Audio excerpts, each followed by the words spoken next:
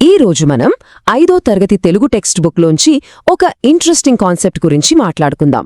అదే వ్యతిరేక పదాల పవర్. ఇవి మన ఆలోచనలని ఎంత క్లియర్గా మారుస్తాయో చూసేద్దాం. సరే, ఒక సింపుల్ ప్రశ్నతో స్టార్ట్ చేద్దామా? వెలుగు అంటే ఏంటి అని ఎవరైనా అడిగారనుకోండి, దాన్ని ఎలా వివరిస్తారు?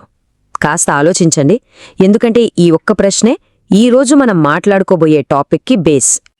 ఓకే, ఒక పద్ధతి ఏంటంటే సైన్స్ ప్రకారం చెప్పడం. ఫోటాన్లు, వేవ్ లెంగ్త్స్ అలా టెక్నికల్గా చాలా కాంప్లెక్స్గా వివరించొచ్చు. కరెక్టే కదా? కానీ ఇంకో సింపుల్ మార్గం ఉంది. చాలా చాలా సింపుల్. అదేంటంటే జస్ట్ చీకటిని చూపించడం అంతే. చీకటి అంటే ఏంటో తెలిస్తేనే కదా వెలుగు విలువ తెలిసేది, అవునా? ఆ రెండింటి మధ్య ఉన్న కాంట్రాస్ట్, ఆ వ్యతిరేకతే ఆ కాన్సెప్ట్ని మనకు వెంటనే అర్థమయ్యేలా చేస్తుంది. అదండి సంగతి. ఇదే వ్యతిరేక పదాల మ్యాజిక్. రైట్. సో ఇప్పుడు మనం అసలు పాయింట్కి వచ్చేద్దాం. ఇలా ఆపోజిట్ మీనింగ్స్ ఇచ్చే పదాల్నే మనం ఇంగ్లీష్లో యాంటనిమ్స్ అంటాం, తెలుగులో అయితే వ్యతిరేక పదాలు అంటాం. ఇది కేవలం కొన్ని కొత్త పదాలు నేర్చుకోవడం లాంటిది కాదు, మన ఆలోచించే విధానాన్ని షార్ప్ చేసే ఒక పవర్ఫుల్ టూల్ అన్నమాట. మొదటగా మన చుట్టూ ఉన్న ఈ భౌతిక ప్రపంచాన్ని, అంటే మనం చూసే, తాకే వస్తువులని వర్ణించే పదాలతో మొదలుపెడదాం. ఇవి మన పరిసరాల్ని అర్థం చేసుకోవడానికి మొదటి మెట్టులాంటివి. ఈ పదాలు ఆ టెక్స్ట్ బుక్లోని మై స్వీట్ మెమరీస్ అనే ఒక మంచి లెసన్ నుండి తీసుకున్నవి. ఇవి మనకు స్పేస్, టైం, క్వాలిటీ అంటే స్థలం, సమయం, నాణ్యత లాంటి వాటిని వర్ణించడంలో ఎలా హెల్ప్ చేస్తాయో చూద్దాం రండి. చూడండి, ఈ జంట పదాలు మనకు ప్రపంచాన్ని ఎంత క్లియర్గా చూపిస్తాయో. ఉదాహరణకి తాజా, ఈ పదం మీనింగ్ మనకు పూర్తిగా ఎప్పుడు తెలుస్తుంది? దానికి ఆపోజిట్ అయిన పాడైన లేదా నిల్వ ఉన్న అనే పదంతో పోల్చినప్పుడే. అలాగే దగ్గర, దూరం, మందమైన, పల్చని, మన డైలీ లైఫ్లో వీటిని ఎంత వాడతామో కదా. ఇప్పుడు ఈ జంటని కాస్త స్పెషల్గా చూద్దాం. గట్టి, మృదువైన. ఒక రాయి ఎంత గట్టిగా ఉంటుందో, ఒక పువ్వురేకు ఎంత మృదువుగా ఉంటుందో.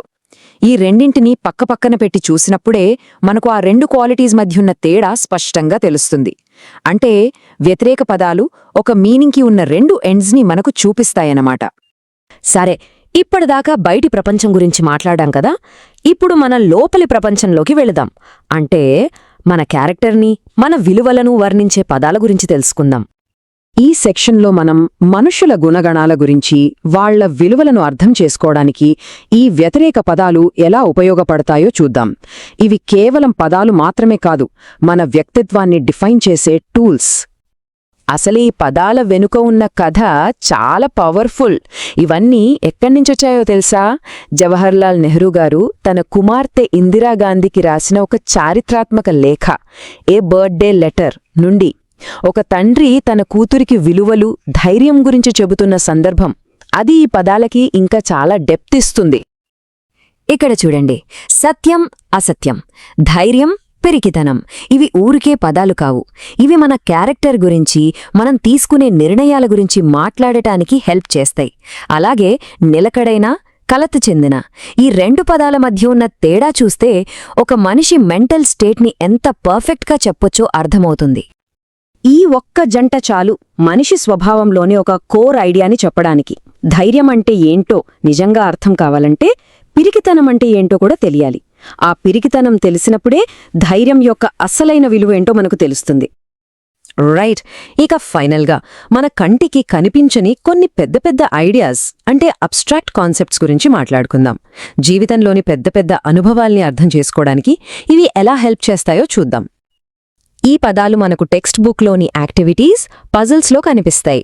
లైఫ్లో వచ్చే పెద్ద పెద్ద ఎక్స్పీరియన్సెస్ని, వాటి రిజల్ట్స్ని అర్థం చేసుకోవడానికి ఇవి చాలా చాలా ఇంపార్టెంట్. మన లైఫ్ జర్నీని అర్థం చేసుకోవటానికి ఈ జంటలు ఎంతగా ఉపయోగపడతాయో చూడండి. అదృష్టం, దురదృష్టం, విజయం, అపజయం, గుర్తుంచుకోవటం, మర్చిపోవటం, ఈ కాంట్రాస్ట్స్ అన్నీ కలిస్తేనే మన జీవిత కథ తయారవుతుంది. మన అనుభవాలకు ఒక షేప్ వస్తుంది. ఇక ఫైనల్గా విజయం, అపజయం. మన లైఫ్లో మన గోల్స్ని, మన స్టోరీస్ని డిసైడ్ చేసేది ఈ రెండే. ఒక్కసారి ఫెయిల్యూర్ టేస్ట్ చూస్తే తప్ప సక్సెస్లో ఉన్న కిక్ ఏంటో పూర్తిగా తెలీదు. నిజం చెప్పాలంటే ఈ రెండు ఒకే కాయిన్కి అటూ ఇటూ ఉండే బొమ్మ బురుసులాంటివి. ఓకే, ఇదంతా బానే ఉంది. ఇంతకీ ఈ వ్యతిరేక పదాలు నేర్చుకోవడం వల్ల మనకొచ్చే లాభమేంటి? అసలిదొక లాంగ్వేజ్ స్కిల్గా ఎందుకంత ఇంపార్టెంట్? ఇక్కడ చూడండి, సింపుల్గా పాయింట్స్లో ఉంది. మన వొకాబులరీ పెరుగుతుంది, కాంప్లెక్స్ ఐడియాస్ని ఈజీగా చెప్పగలుగుతాం, చదివేది ఇంకా బాగా అర్థమవుతుంది.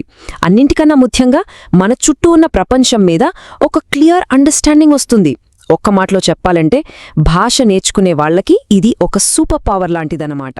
ఈ వీడియో మీకు నచ్చినట్లయితే లైక్ చేయండి, షేర్ చేయండి, కామెంట్ చేయండి, అలాగే మన ఛానల్ని సబ్స్క్రైబ్ చేయండి. Thanks for watching.